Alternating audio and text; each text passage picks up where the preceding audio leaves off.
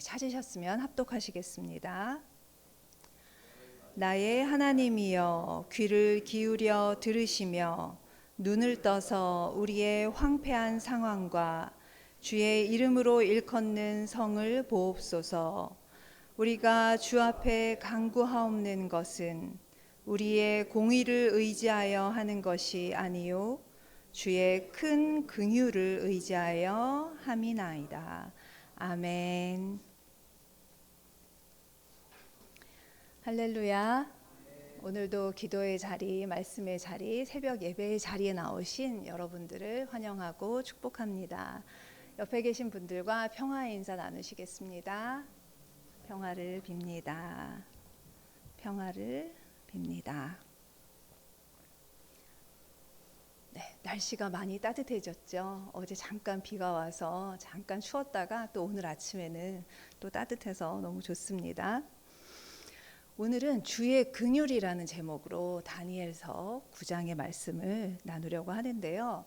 남유다 왕국의 귀족 집안의 자손이었던 다니엘은 남유다가 바벨론에 정복된 후에 바벨론의 포로로 잡혀간 상태에서 이 책을 썼습니다. 하나님께 선택받은 민족이 어떻게 이렇게 끝도 보이지 않는 나락으로 추락할 수 있었을까요? 도대체 어떤 일이 있었을까요? 남유다가 강대국 바벨론에 망하기까지 하나님께서는 그것을 안타까워하시고 수많은 선지자들을 미리 보내셔서 경고하셨습니다. 회개하라. 돌이키지 않으면 너희가 망할 것이다. 이렇게 말씀하셨지만 이 민족은 교만하여서 그 예언자들, 그 선지자들의 말을 주의 깊게 듣지 않았습니다. 그래서 하나님보다는 우상을 높였고요. 또 하나님보다는 주변에 있는 강대국들의 힘을 더욱더 의지했습니다. 그러한 결과로 결국 남유다는 바벨론에 완전히 망해서 파멸의 길에 이르게 된 것입니다. 오늘 함께 나눌 다니엘서 9장은 1절에서 다니엘이 유다가 멸망하기 전에 정말 하나님의 말씀을 전하였던 그 선지자 예레미야의 글을 읽고 남유다에게 회초리를 드시는 그 하나님, 남유다를 바벨론에게 망하게 하신 그 하나님의 진심이 무엇이었는지를 깨닫는 장면으로 시작이 됩니다. 제가 한번 읽어드리겠습니다. 예레미야서 29장 10절에서 13절의 말씀인데요. 나 여호와가 이같이 말하노라. 바벨론에서 70년이 차면 내가 너희를 권고하고 나의 선한 말을 너희에게 실행하여 너희를 이곳으로 돌아오게 하리라. 나 여호와가 말하노라. 너희를 향한 나의 생각은 내가 하나니 재앙이 아니라 곧 평안이요 너희 장래에 소망을 주려 하는 생각이라. 너희는 내게 부르짖으며 와서 내게 기도하면 내가 너희를 들을 것이요 너희가 전심으로 나를 찾고 찾으면 나를 만나리라. 아멘. 이 말씀은 바벨론의 침략은 겉으로는 하나님께서 이 남유다에게 내리는 재앙처럼 보이지만 속으로는 장래의 소망이 되는 일이라고 이야기를 하고 있는 것입니다. 그러나 몇십 년째 나라를 잃고 포로 생활을 하고 있는 다니엘이 이 하나님의 말씀을 어떻게 온전히 이해할 수 있었을까요? 하나님께서는 적국에 포로로 잡혀 있는 그런 상황 속에서도 목숨을 걸고 자신의 신앙을 지켰던 다니엘에게 천사 가브리엘을 보내셔서 지혜와 총명을 주셨습니다.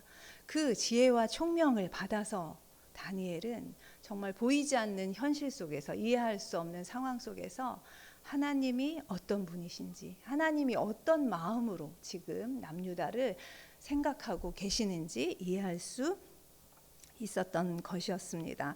오늘 이 시간 우리도 다니엘의 이러한 깨달음, 하나님이 어떤 분이신지 알았던 그 다니엘의 깨달음을 통해서 하나님이 어떤 분이신지 조금씩 알아가는 시간이 되길 소망합니다. 첫 번째로 다니엘은 하나님의 공의, 즉 하나님이 옳게 여기시는 것이 무엇인지 알았습니다. 다니엘서 9장 16절 한번 보시겠습니다.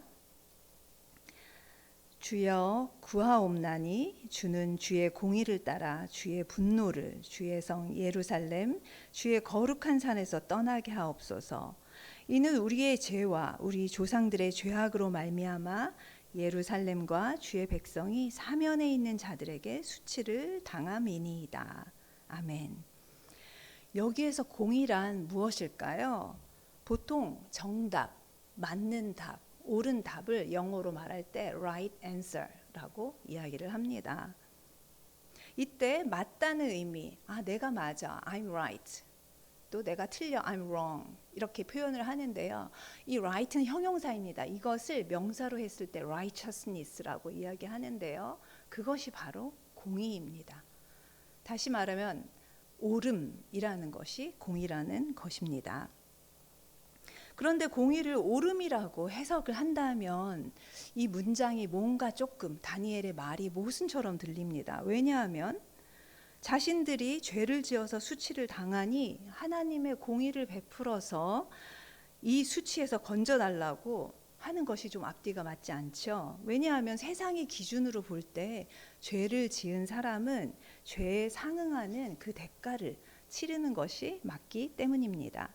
다니엘은 어떤 근거에서 이렇게 주장할 수 있었을까요? 우리는 다니엘이 생각하는 그 하나님의 공의에 대해서 생각해 볼 필요가 있습니다. 그러면 하나님이 어떤 분이신지 이해하기가 더 쉬워질 것이기 때문입니다. 혹시 장발장이라는 그 빅토르 위고의 소설을 읽어보신 적이 있으실까요? 아마 모두 읽어보신 적이 있으실 것입니다. 불어로 된 원제는 불쌍한 사람들, 레미제라블 이렇게 이야기를 하고 있는데요.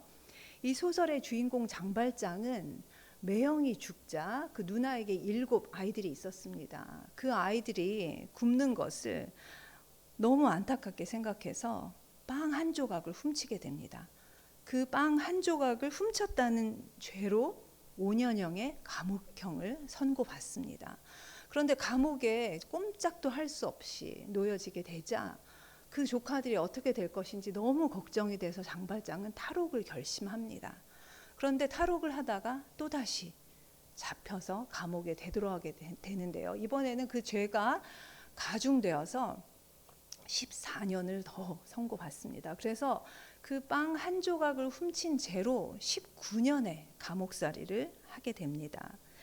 세상의 잣대로 볼 때 남의 것을 훔치는 것은 분명히 죄입니다. 하지만 배고픈 자가 굶어 죽는 것을 하나님이 옳다고 여기셨을까요? 훔치는 것은 옳지 않지만 하나님께서는 이 배고픈 사람들이 굶어 죽는 것을 옳지 않게 여기셨을 것입니다. 또 조카들을 돌봐야 했던 그 장발장을 19년간 감옥에 붙들어 두는 것을 하나님이 옳다고 여기셨을까요? 아마 그렇지 않겠죠.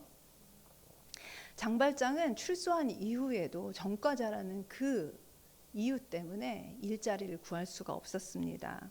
그러다가 하루는 자신의 사정을 너무 불쌍하게 여긴 미리엘 주교의 집에서 하룻밤을 지내게 됩니다. 그런데 그 다음날 새벽에 장발장은 정말 배은망덕하게도 미리엘 주교의 집에 있던 은식기를 훔쳐서 달아나게 됩니다. 그런데 멀리 가지 않아서 그를 수상하게 여겼던 경찰에게 잡혀서 다시 미리엘 주교 앞으로 끌려오게 됩니다. 경찰은 미리엘 주교에게 이 은식기가 혹시 여기의 물건이 아니냐고 물어보죠. 그런데 미리엘 주교가 어떻게 대답했을까요? 이 은식기는 제가 장발장에게 선물로 준 것입니다. 자네 여기 있는 은촛대도 내가 주었는데 왜 가져가지 않았나?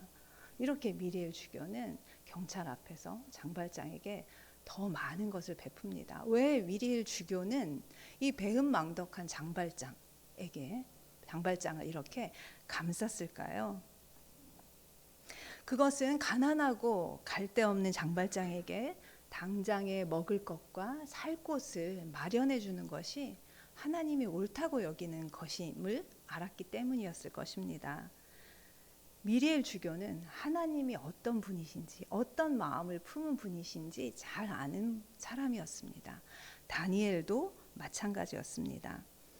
하나님의 공의는 인간 사회에서 우리들이 만들어 놓은 법대로 행하는 정의, 사법적인 그 정의와는 조금 다릅니다.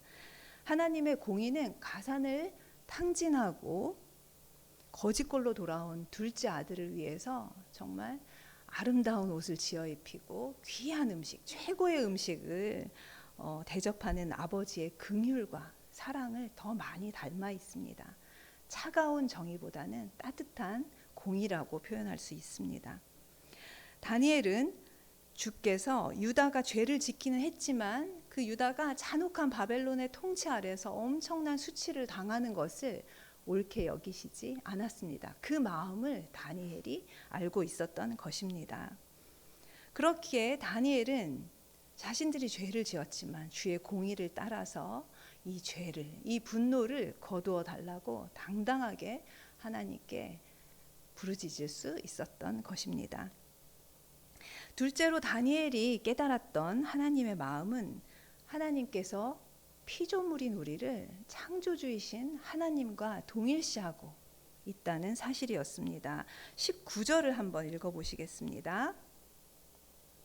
주여 들으소서, 주여 용서하소서, 주여 귀를 기울이시고 행하소서, 지체하지 마옵소서. 나의 하나님이여 주 자신을 위하여 하시옵소서. 이는 주의 성과 주의 백성이 주의 이름으로 일컫는 바 됨이니이다. 아멘. 여기에서 다니엘은 자기 민족을 용서하는 것이 하나님을 위한 것이라고 당당하게 또 이야기하고 있습니다. 우리나라는 근 35년간의 일제 강점기를 통해서 사회 경제적인 수탈뿐만 아니라 민족 말살 정책으로 인해서 엄청난 고통을 겪었던 역사를 가지고 있는 나라입니다. 그 당시에 우리나라의 독립을 위해서 모든 것을 다 내어 던지고 독립에 애썼던 독립운동가들도 있었지만 그 독립운동가보다 더 많은 사람들, 더 많은 지식인과 예술가들이 친일파로 돌아섰습니다. 그들이 나라를 배신했던 이유가 무엇이었을까요? 그들이 일본을 더 사랑했기 때문이 아니었습니다. 그것은 일본이 너무나 강한 나라였기 때문에 절대로 한국은 독립할 수 없을 거라는 그런 생각 때문에, 그런 믿음 때문에, 그런 희망을 잃어버렸기 때문에 일본에 협조한 것이었습니다. 이처럼 35년이라는 시간도 모든 희망을 내어던지기에 충분히 긴 시간이었습니다. 그런데 70년이라는 시간 동안 다니엘은 어떻게 그 희망, 하나님께서 우리 민족을 회복시키실 것이다 라는 그 믿음, 희망을 놓지 않을 수 있었을까요? 그것은 하나님께서 조금 전에 제가 말씀드린 것처럼 자신과 동일시하셨기 때문입니다. 하나님께서 유다가 겪는 고통과 아픔을 똑같이 느끼시는 분이라는 것을 알았기 때문이었습니다. 하나님께서는 절대자이신 당신을 한낱 피조물에 지나지 않는 우리와 절대로 끊어지지 않는 사랑의 끈으로 얽어 매셨습니다. 영화에 보면 형사들이 그 범인들을 체포할 때 수갑을 차고 가는 거 보셨죠? 한 팔에는 나의 손에 수갑을 차고 한 팔에는 그 범인의 팔에 수갑을 채워서 한 몸이 되어서 가는 것을 보신 적 있죠? 그래서 그 범인이 움직여서 이 수갑이, 그 딱딱한 수갑이 움직이면 손목이 아플 때 이 형사도 마찬가지로 손목이 아픈 거와 마찬가지로 하나님께서는 우리와 하나님 자신을 정말 사랑으로 꽁꽁 얽어 매셨습니다. 그래서 다니엘은 이런 하나님의 마음을 알고 하나님께서 자신들의 고통을 잊으실 리 없다고 믿었던 것입니다. 아무리 오랜 시간이 지나도 하나님은 똑같이 우리를 버리지 않으시고 잊지 않으시고 이 고통에서 자신을 위해서라도 이 고통에서 우리를 해방시켜 주실 분이심을 알고 있었던 것입니다. 우리는 연약하여서 날마다 하나님이 원하시고 바라시는 뜻과는 반대로 나갈 때가 있습니다. 그래서 차마 하나님 앞에 고개를 들기가 어려울 때가 있습니다. 하지만 하나님께서는 우리가 느끼는 아픔과 고통을 고스란히 함께 느끼시는 분이십니다. 이런 하나님의 마음을 헤아림으로 설령 우리의 잘못 때문에 우리가 지금 안 좋은 상황에 있고 절망 중에 있더라도 하나님께서 우리를 돌아보시고 회복시키실 것이라는 그 희망의 끈을 놓지 않으시는 우리 성도님들 되시기를 소망합니다. 기도하겠습니다. 우리의 연약함에도